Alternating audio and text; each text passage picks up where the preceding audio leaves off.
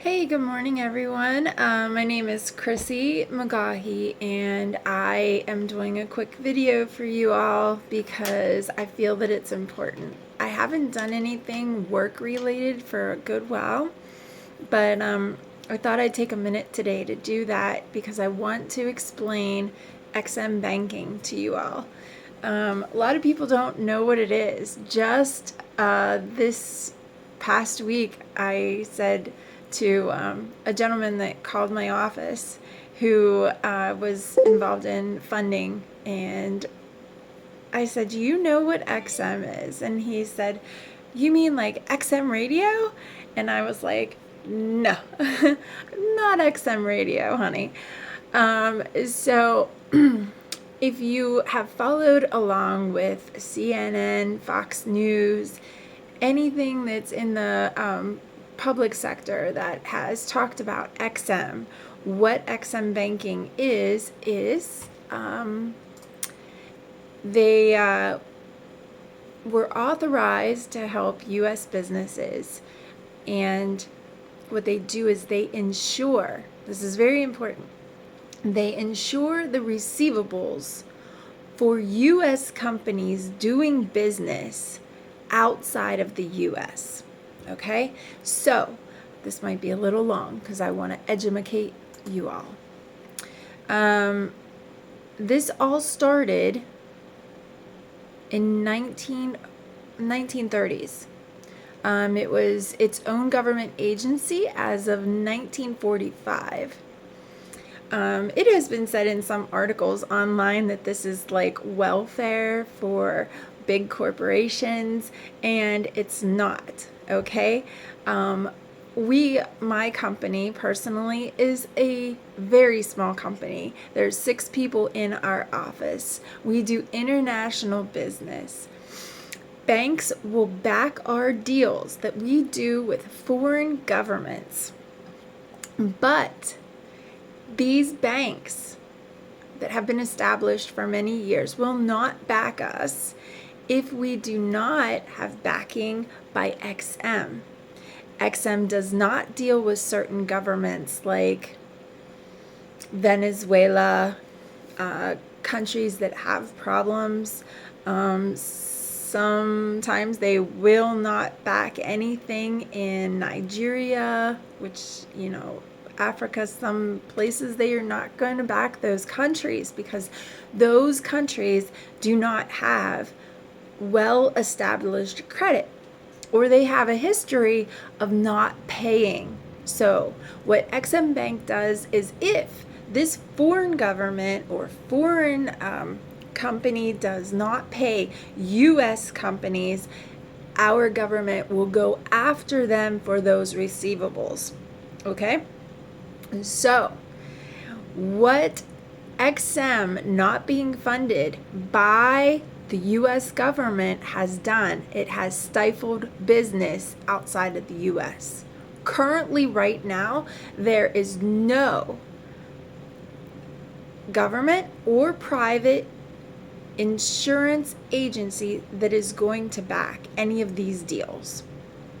This is so important, and I broke out the U.S. flag shirt because this hurts U.S. companies. This takes jobs away from the U.S. American public. Like, seriously, Boeing has already cut all funding to anyone that is not going to vote for this deal.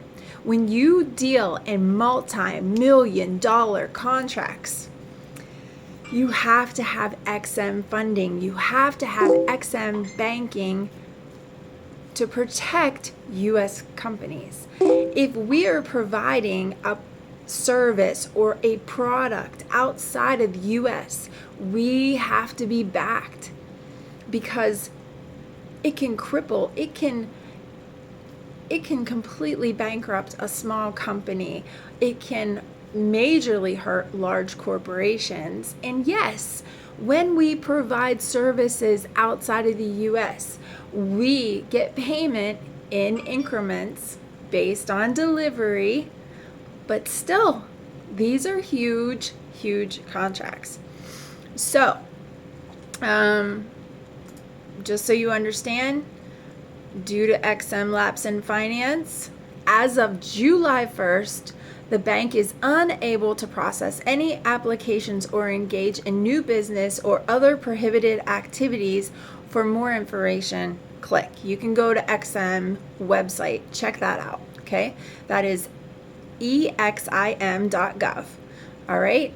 If you are in the city of Pittsburgh, and I'm a border girl, so I grew up West Virginia. I live on the border right by the airport in Pittsburgh, and so I'm technically still a West Virginia resident.